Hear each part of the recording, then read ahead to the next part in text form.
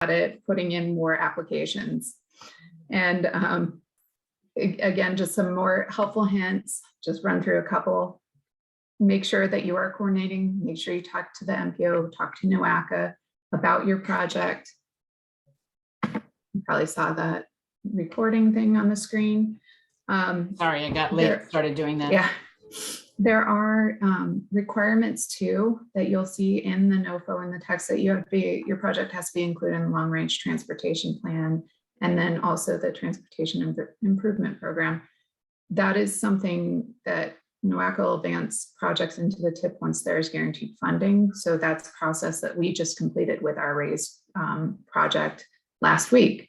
But we were in the long range transportation plan. Everything that is a part of the Cuyahoga Greenways plan is in the long range transportation plan. But again, important to make sure you're coordinating with the MPO and that everyone is clear of what the expectations are. These are federal funds. They have a lot of rules and requirements associated with them. So make sure you know what you're getting into. They also, for anything that involves construction using federal funds, there's inspection and administrative costs that generally are more expensive than if you're delivering a project using local funds or state funds. So be aware of that, build that into your cost estimates. Also build into your timelines that it takes a long time to get under contract. So we were awarded in November for the RAISE planning grant.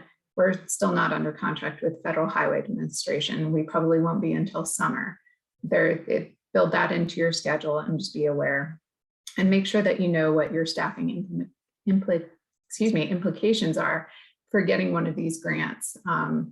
You do need a lot of resources. We're lucky enough with Cleveland Metroparks that we have real estate staff and legal counsel, but you will need that if you are awarded a grant, and just to bake that into your timelines and into your cost estimates as well.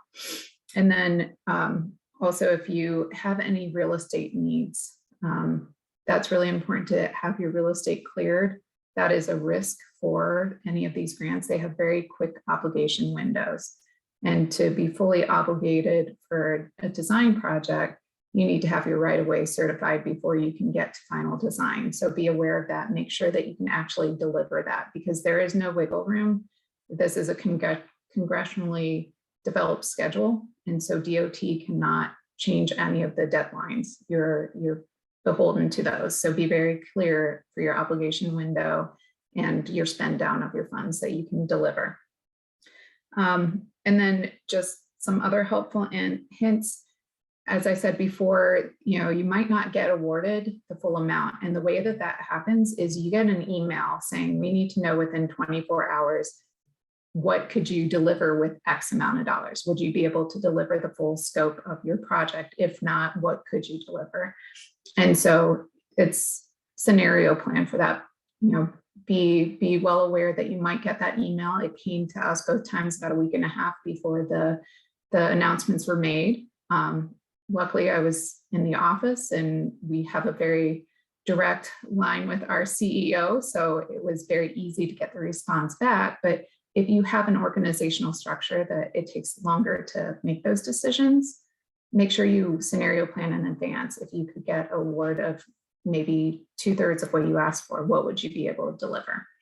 And then make sure you are fully registered in grants.gov. Make sure you're the authorized official for your AOR for your group, or you have the cell phone of the AOR for your organization, because there are always little snafus that come up. So prepare in advance for those. And I think that is pretty much it for me. So I'm going to hand it back over to Elaine to take on the next piece. Okay. And we encourage you all to use the chat function for any questions. So whichever one of us is not speaking will be kind of watching the chat function there. So I'm going to move on to support letters. And I'm going to be just sharing my screen a lot. I have two monitors here, so I am looking at you all, even though I'm looking off to the left, but I'm just going to be going back and forth. So for this application, we did support letters on steroids. You all will probably never need to do as broad of a reach as we did, but I'm going to walk you through what we did and then pluck from it what will be useful. But the basics are, start with your end game. So, actually kind of lay out a structure of what your list of support letters that you're going to submit looks like. And also, as Sara said, read the grant instructions. Some grants don't require support letters, others do. Some will get, say, a minimum of or a maximum of. Make sure you really understand that. Create your timeline. Draft your letter of support template and sub-templates if you're using them. Develop your stakeholder target list. Draft your outreach email message. And then read the letters that come back to you and capture the quotes. And we're going to show you what we did on that, because it was a little bit different than I think we've ever done before. And then thank people at the end, and particularly in this case, because we got the award, and be an optimist, assume that you will get the award. Send messages out afterwards telling people we got the award and thank you so much because of what you did. So, and I also have a handout on this in which I've elaborated a little bit. And so I will be sharing that with you all as well. Start with your end game. So in the actual submission, this is what the appendix of letters of support looked like. And I want to kind of point this out because, again, Sara kind of created a format, and this was kind of iterative, but it helps to kind of see the end game. And because here's how the letters were organized. So we ended up, listing our federal and our key supporters, then our various other government supporters, and then all of the various businesses and other types of organizations that we ended up getting letters from. So start with your end game there. The next thing is actually to create your timeline. I'm going to say 4 weeks, but 6 weeks is even better. Think about things. Right now, we are entering prime spring break season. So as I've been trying to schedule meetings, I'm looking at doodle polls where entire weeks are blocked out. You have to think about the fact that the person from whom you need the letter, first of all, may not be the person you are contacting. So if you know someone in an organization, then he or she is going to say, yeah, we'll get you a support letter, but I have to go up to the director of this or the manager of that. So we really recommend that you give yourself 6 weeks, but 4 at a minimum. Okay, so then you want to draft your letter of support template. And this is the one that we use, but I will tell you, because we were actually doing and seeking letters of support for 4 different projects, I'm referring to them as clusters. And I actually created 5 different letters. One that was a general one that went to people in general, and then one for the Morgana Run area, one for the Slavic Village, Iron Court area, one for the Broadway segment, and one for the Euclid Creek connector. But help your people out, put everything in there. I wrote in, letterhead, put the date, I highlighted in yellow everything that I wanted customized. Certainly put in the who it's going to, even though in most cases you want the letters to come back to you. There's the general message. And then I put in this, insert a phrase for describing your organization. And the other things that need to be included. In addition, so I'm not going to show you all of our variations, but then the letters that were going to our targeted people in the Slavic Village area, I put in this phrase here, had a different one for Morgana, had a different one for Euclid, etc. But customize these as much as you possibly can. Okay, then you need to develop your stakeholder list. And so this is a spreadsheet that I developed so that we could kind of do this. And this is the refined version after we've done it. But basically, start to populate the organizations from whom you would like a support letter. Okay. The other things I have is the contact date. That's the date I reached out to these people so that I could keep track of who I had contacted and who I hadn't. If they gave me a response that said, hey, yeah, sure, we'd be glad to do this, I would just note that. There were a couple of organizations that said, sorry, it is actually against our policy to do this. So I had to note that. Place for when I actually received the letter. And then this is something that we developed for organization type. So we had figured out that we're going to, when we put together that listing, that appendix at the end, that we were going to organize by our kind of federal context, general government, and then just general everybody else. And the reason I'm suggesting that you kind of code your people is simply because you can do a sort and alphabetize, and you can get these groups to come up so that it's easier. And this is if you have a lot of letters. If you only have 10 or less, you don't need to do this, but we ended up getting over 50 letters, and so it was helpful. If you have more than one geography, like we did, I created a geography code so that I knew I was getting some letters from each of our geographies, organization name, who was my contact, their title, their email. And then when it was all done and I sent a thank you note, I just noted that I did that and when I did that. So think about the geography, again, those different categories and who you know. The other thing that we did is because we had different clusters, I identified some cluster captains. So I had Amanda Kramer from Union Miles, Joe Linsky from Slavic Village. I kind of took the Central City, and Allison Lucasy Love out in Euclid, because I needed contacts within those communities. So each of them, so I forwarded to them a message about what we were doing. They got to me names and email addresses of businesses, of nonprofit organizations in their community. And then I reached out to those folks asking for support letters. Okay, so, and I'll show you what this looks like, but let me bring up, let's see, put together your solicitation email. So again, and you all have done this, but it's worth just repeating it. If you're going to be shooting out a message to several people, you know, you write the message once and then you just forward it a couple of times. I highly recommend customizing each message. Most of us, when we get a broadcast email, we tend to ignore it. But if we get something that says, hey, Sarah, how you doing? Have you been hiking lately? Or something like that, people are more likely to read it. But put together your message. You'll customize it here. Obviously, attach the template of the letter you want the person to use. If it makes sense to add a map, do that. Keep it simple. Here is the basic message. Biggest thing is put in your due date. Put in your due date when I need this back from you. And again, we recommend that you actually try to get these back at least 2 weeks before you actually need to send this in. And that's partly because people will slip, and it's also partly because we want to get a lot of these quotes. Okay, so now I want to kind of show you again, read the messages. So when we got these back, where's my quote?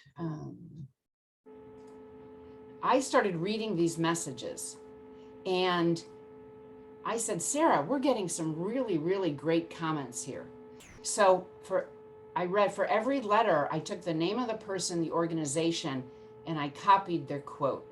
And I mean, we went all out to different, we got something from the bishop, we got stuff from City Club. And again, that was using the geography. So when I looked at the geography, I saw the Broadway Trail coming right into downtown Cleveland.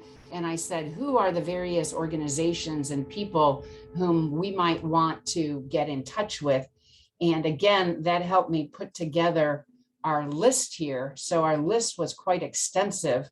And I highlighted a couple, you know, we had Destination Cleveland, we had the City Club, we had our federal, you know, representatives and senators, we had the Cathedral, we had Cleveland State University, Medical Mutual, a big employer. These are all folks. And then out in the neighborhoods, Third Federal, you know, small manufacturing companies, and, you know, even the Cleveland baseball team. So once we did that, then Sarah then also integrated the quotes into the actual application.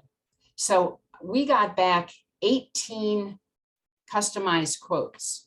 Sara took about 8 of them and dropped them into the body of the application. And one of the reasons we think this is unique and important, because we're not really sure that the people reading all of these applications can actually read every single letter. So by pulling out the quotes and putting them into the body of the application, some of these great statements were made. And I'm not going to read all of them to you, but Harlan Sands of Cleveland State, says these projects are going to create transportation options for our future students and faculty. We had a CDC exec in Collinwood saying, hey, this is important for health and recreation. Medical Mutual said this is a great way of getting our employees downtown in an environmentally friendly transportation.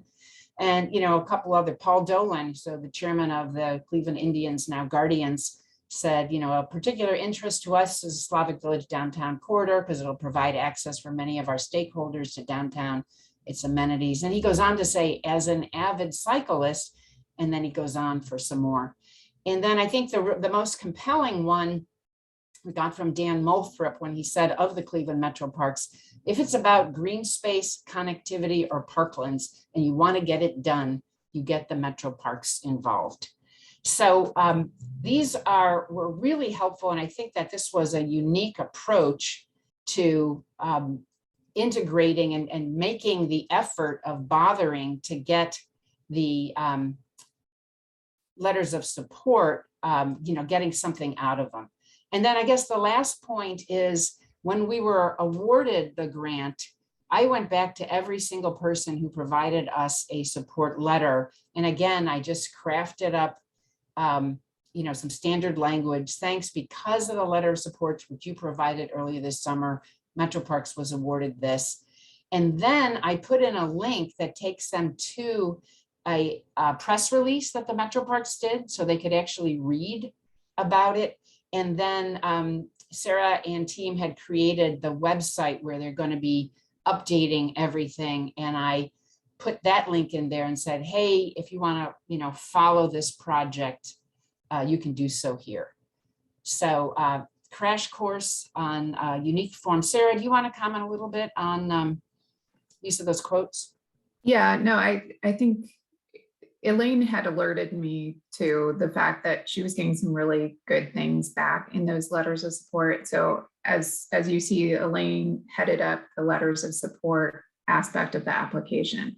And so again, instead of just letting them live in an appendix for letters of support, really showing how important these projects are to the community and working in them into the various sections. So about innovation or about economic development, to work those quotes in. And I do think it was pretty unique. And so just, it helps qualify that these aren't perfunctory letters that we're getting, that people actually care about this project and the sheer amount that we had. You always want to get your elected officials, but reaching out and being a little bit more inclusive to the groups of people that you're including in the application process, I think is telling. And we had a lot of broad-based support. So with that, kick it back over.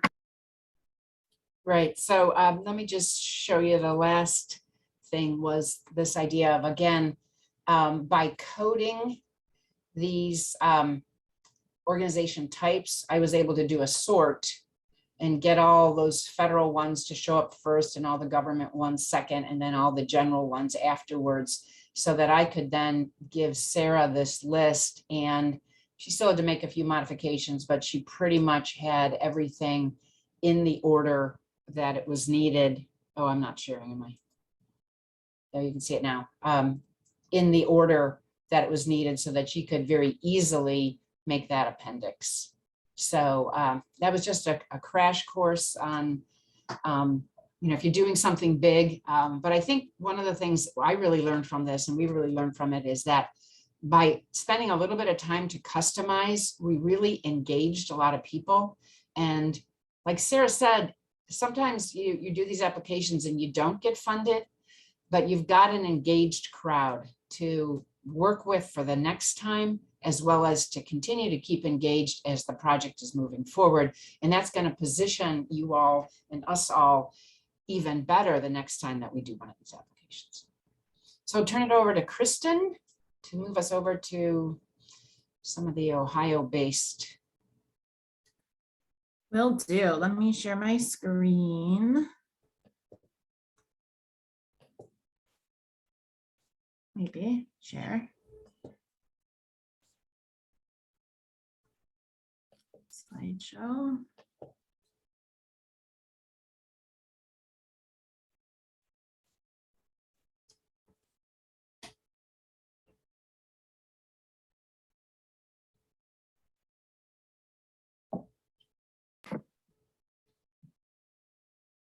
Elaine, did you stop sharing? Oh, I thought I did. Yeah, I stopped sharing. I see that it says Kristen has started screen sharing, but I'm not seeing anything. Kristen, did you select? Oh, you know what? Kristen said her computer just crashed. I'm gonna see if I Oh. can pull up the PowerPoint that she had. Hold on one second. It's a PDF and I have it. Do you want me to? Oh, yeah, go ahead, Elaine.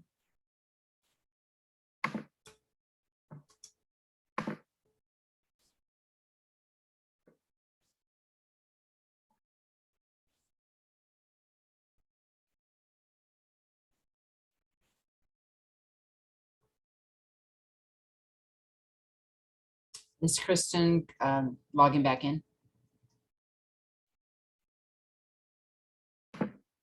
Yeah, she's restarting. She said, let's take some questions as everything is booting back up. So I guess questions from the first couple of presentations, and then Kristen will follow it up with the Ohio-based Clean Ohio and Rec Trails program. So the only administrative question we got is about sending the materials out, and we will. And they'll come in a couple of different pieces because I'm actually going to send out that Excel spreadsheet. So you're welcome to just take it and use it. I also have the 7 points that I made. I have a little bit of bullet points and text underneath them to share. Does anyone else have any questions? You could raise a hand or just unmute yourself. Turn your camera on. Let's see. Joe Duffy asks, was this strong collaborative strategy also used for the earlier Tiger grants? Sarah. Yeah, I think especially since we were going forward with a bundle of projects, figuring out what suite of projects would work best. And then it really was based on the partnership with it was the Connecting Cleveland partnership with Land Studio and Trust for Public Land. And we did divvy up responsibilities for putting in the application throughout that process. So our benefit cost analysis for the 2015 and 2016 applications was done by the Conservation Economics Division of Trust for Public Land. And then Land Studio headed up the letters of support. And so kind of the same thing. And then really using those relationships that had been built through all three of those partners to generate excitement for the project. I know some projects do a lot of lobbying. That's not something that we have done per se, but that's a strategy that a lot of other organizations have employed. Sarah, there's another question. Are there any thoughts or suggestions on the $5 million minimum request? Feels like this is keeping a lot of communities out of the program. Yeah, and so that is for the RAISE program, that for urban projects, there is a $5 million floor for the project. For rural, it's $1 million.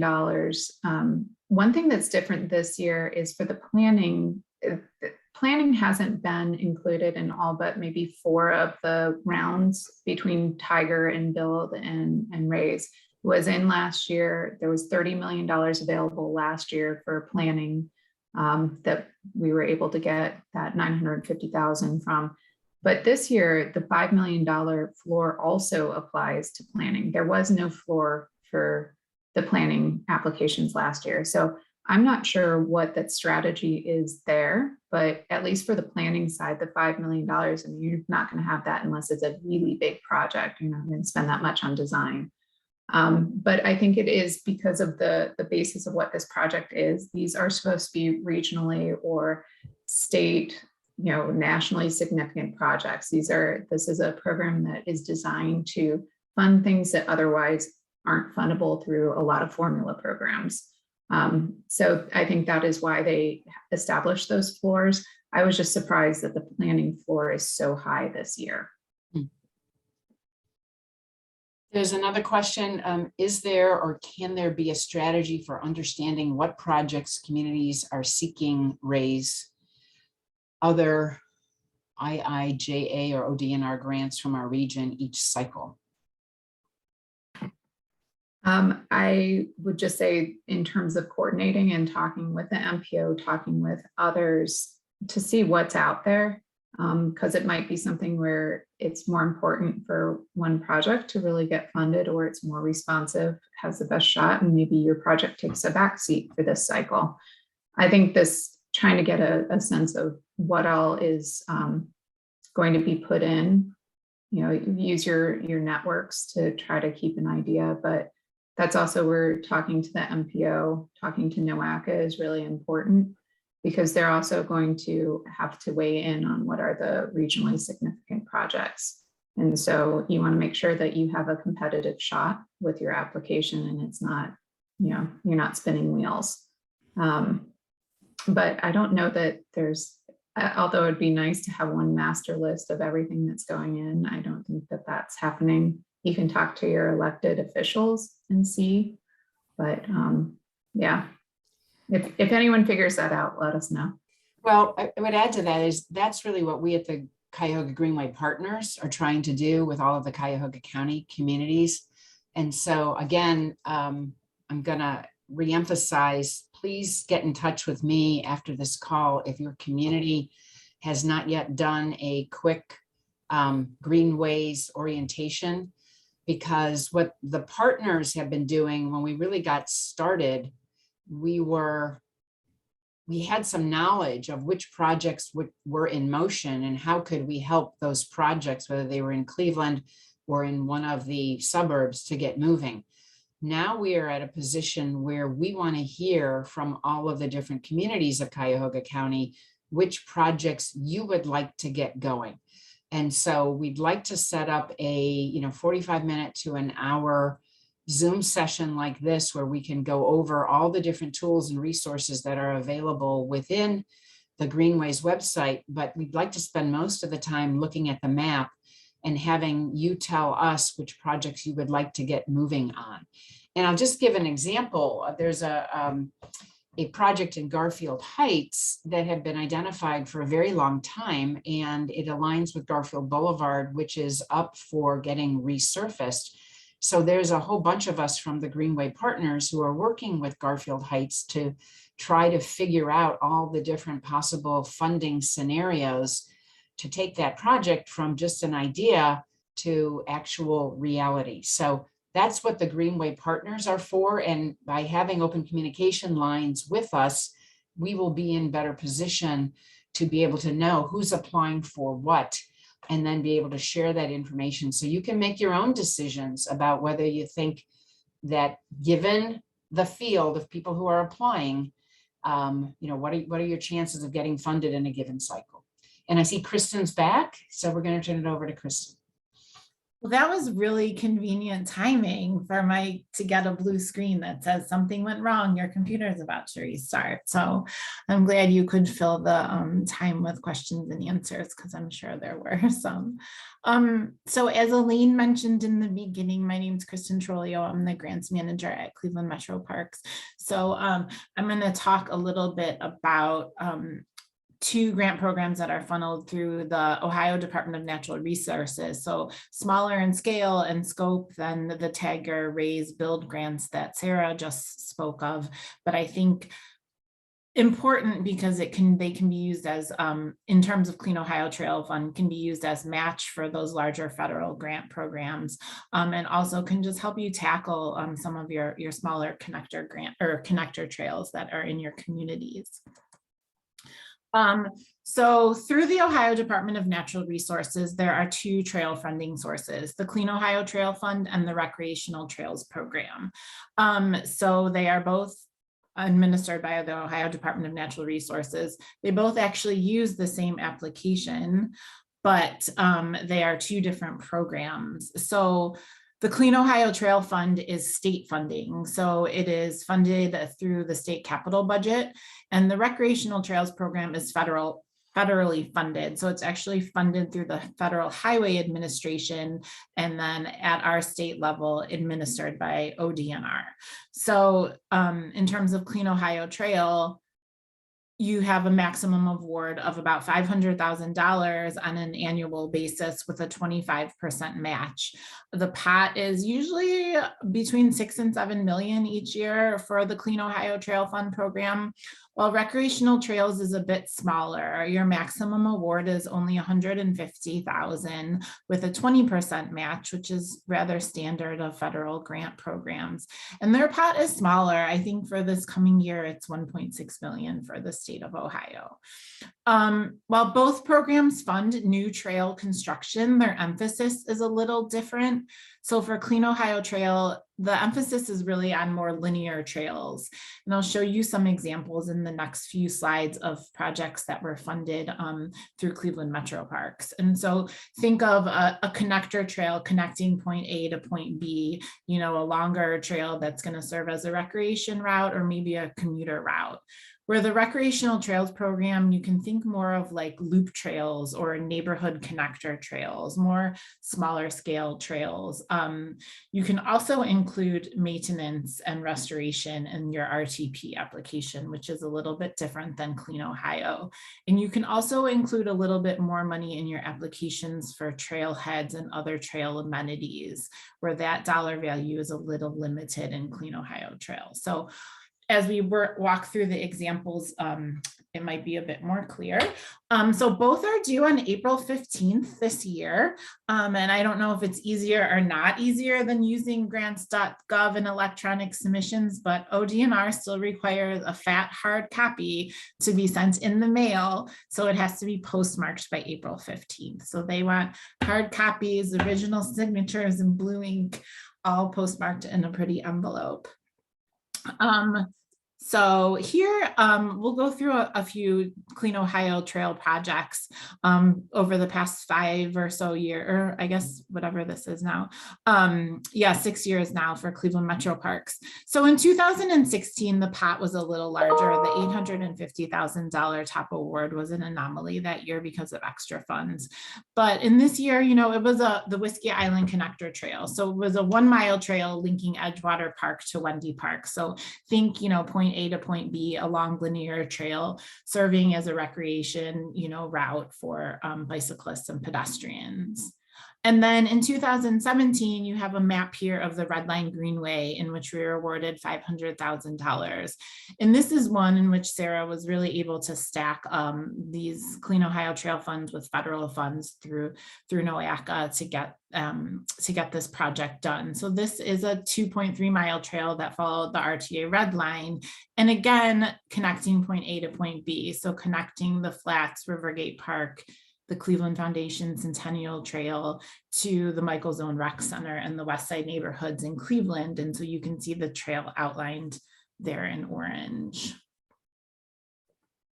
And then this one is a little bit different. I would say it's a little bit shorter, maybe atypical of Clean Ohio awards. And Sara has named it the Cleveland Foundation Centennial Lake Link Trail North Mulberry to Willow Street Bridge. And so we don't let her name trails anymore because it's a mouthful. But all kidding aside, it is a really important piece of all of those Tiger projects that she spoke about earlier. So the little piece outlined in orange there was like this little missing link that didn't have any funding dedicated to it. And the reason that it was attractive to the Clean Ohio program was because it was such a link. So it was really linking the Wendy Park Bridge to Wendy Park and then over to the Lake Link Trail. So those are some key points, I think, when you're deciding whether it makes sense to look at Clean Ohio trails or recreational trails. You know, think about the linkages, think about what it's connecting, think about kind of the bigger picture. And then our most recent award was for the Mastic Road Connector Trail. And so this is an all-purpose trail that is kind of bookending the Mastic Road Bridge, which was completed by Cuyahoga County, and they put the section of trail on the bridge. And then the funding through Clean Ohio Trail is kind of doing those sections on both ends of the bridge to then further connect it to the rest of the trails in the area. So in terms of the recreational trails program, Sara mentioned try and try again. And this was a great example of that. One great thing about ODNR's programs, their trail programs and some of their other programs in general, if you're not awarded, you can simply tell them that you want to be reconsidered again for next year with very minor changes to your application. So if you have the ability to wait, it's pretty easy to put your project back in the queue, maybe just, add a little bit and update your timelines, etc. So this Angle Road Connector Trail, so you can see that it's a little bit shorter. It's an internal trail within our Big Creek Reservation. It's connecting a sledding hill with another all-purpose trail within the reservation. And we included a trailhead in with this project, and it includes a boardwalk. You can see the bridge spanning a creek right there, and it includes a boardwalk. So we tried 3 times before we are finally awarded this program, or this project. So again, it's worth talking to ODNR. The gentleman down there, Dwan Hammonds, is usually very responsive and willing to answer your questions and to help you through the process. And again, it's easy to resubmit if you have the ability to wait. This is our most recent award through the Recreational Trails program, our Euclid Creek Eastern Connector Trail. So again, this kind of just emphasizes the shorter loop trail aspect of it. So it's connecting a neighborhood street with a small trailhead that's almost saying that it's going to be larger than it is. It's kind of like a sign showing you where the trail is, with a connector trail, and there's an overlook that's going to overlook the ridge line, and then it loops back around and gets you back to where you started from. So kind of wanted to go over a few little nuances or application considerations if you're not familiar with these grant programs. In terms of property ownership, the property sponsor must own or lease the land or have an easement on the land. And that's something that they do look at. So if you're not the owner or the leasee of the land, then, you might want to work with those that are and do, a joint application on it. Letters of support are helpful. I don't think you need to be quite as extensive as with the RAISE applications because of the nature of the funding source, but they definitely are helpful from the community that you're in, maybe neighborhood groups. The one letter that is required for both of these is from your MPO. So again, in here, it's NOACA. And so as Elaine stated, give them some time to review your project, especially the smaller projects. Those smaller projects aren't going to be on their long range plans or on their the tips and the steps, because they're probably internal trails that are just within your community. So make sure there's time for them to review your project. However, resolutions of support are required from your governing body. So for us, it's our Board of Park Commissioners, and for many of you, for communities, it's your council and your mayor. So there usually always has been in the past like a 30-day leeway for resolution. So the applications due April 15th. In the past, they've always allowed the resolutions to be submitted up until May 15th. So if that is needed, I would drop Dewan a note and ask if that's still okay for this year to do that. But so just, I guess, be conscious of how many council readings you might need to be able to make that deadline. So the resolutions are required, and they do require you to commit the local match as part of your resolution. So in terms of a project timeline, Sara mentioned contracts. The contracts from ODNR can also take quite a while. You have 15 months to complete your project after your contract is signed. And again, it might take a little bit to get through the approval process, especially if you're doing rec trails, because you have to work through Federal Highway Administration. So the interesting thing is if you do take at 15 months, more than 15 months to complete your project, you're going to lose points on your future applications, which we learned the hard way. It used to not really be spelled out in the RFP for the projects, and we would all of a sudden have these point deductions on our projects. So you really have to be diligent about signing your contract on time within the timeline that they give you, and then completing your project within that 15-month period to avoid future point penalties. A few other pieces throughout the application, public involvement. They do ask about public involvement, public meetings.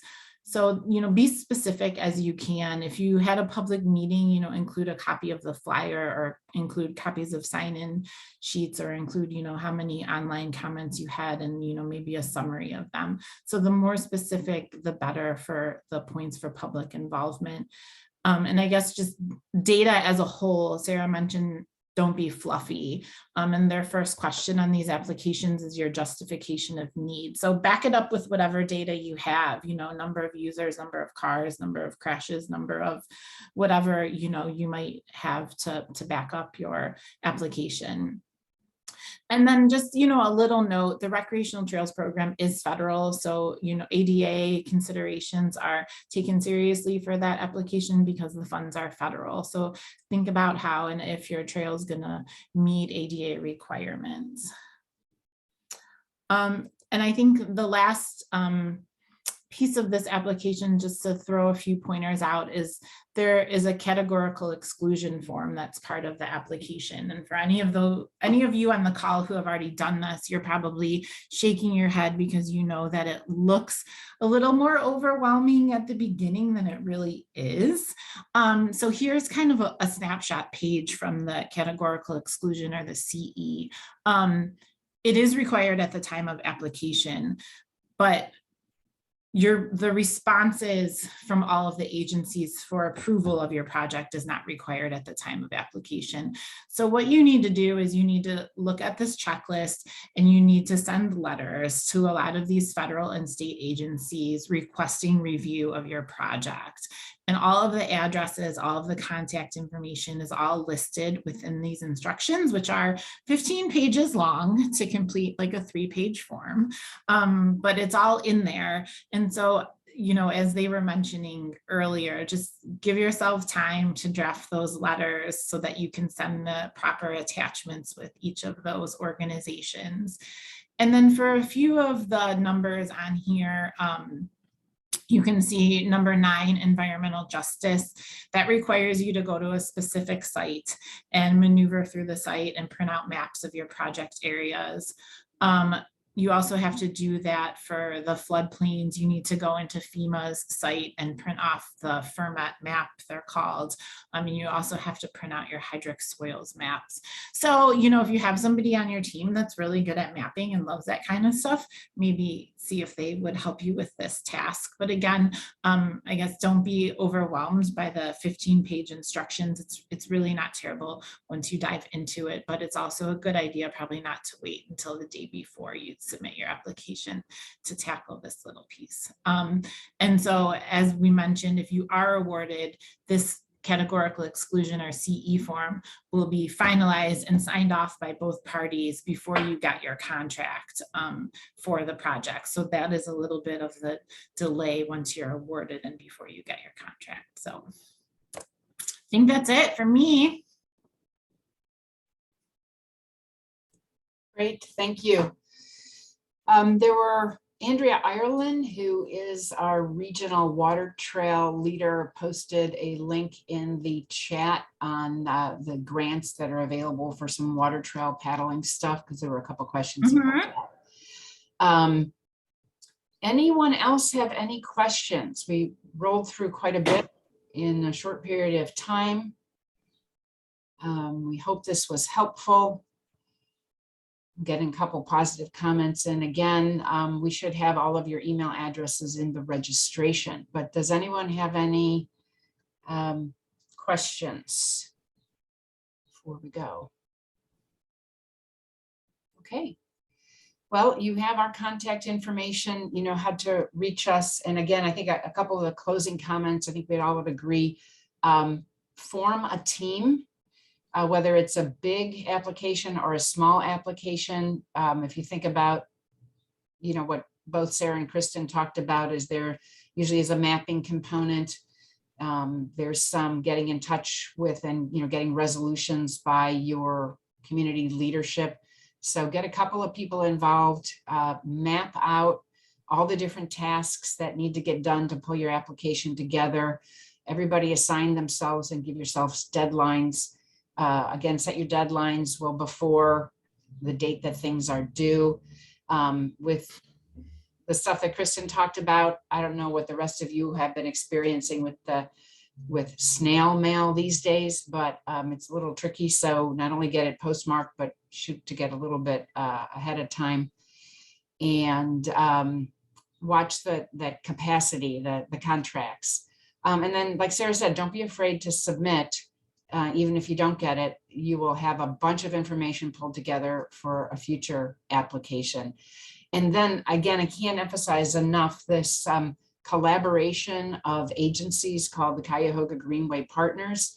We are a support group for you all. I mean, we get together, every single agency which is involved has trails or bike facilities as part of their mission. So we are really, a support structure. We can't write applications for you, but we can help figure out strategy around applications, pull together the right people for, some engineering, community engagement things. And we just need to know which projects each of your communities wants to get moving on, so that there's always some projects in the pipeline that we can be moving forward.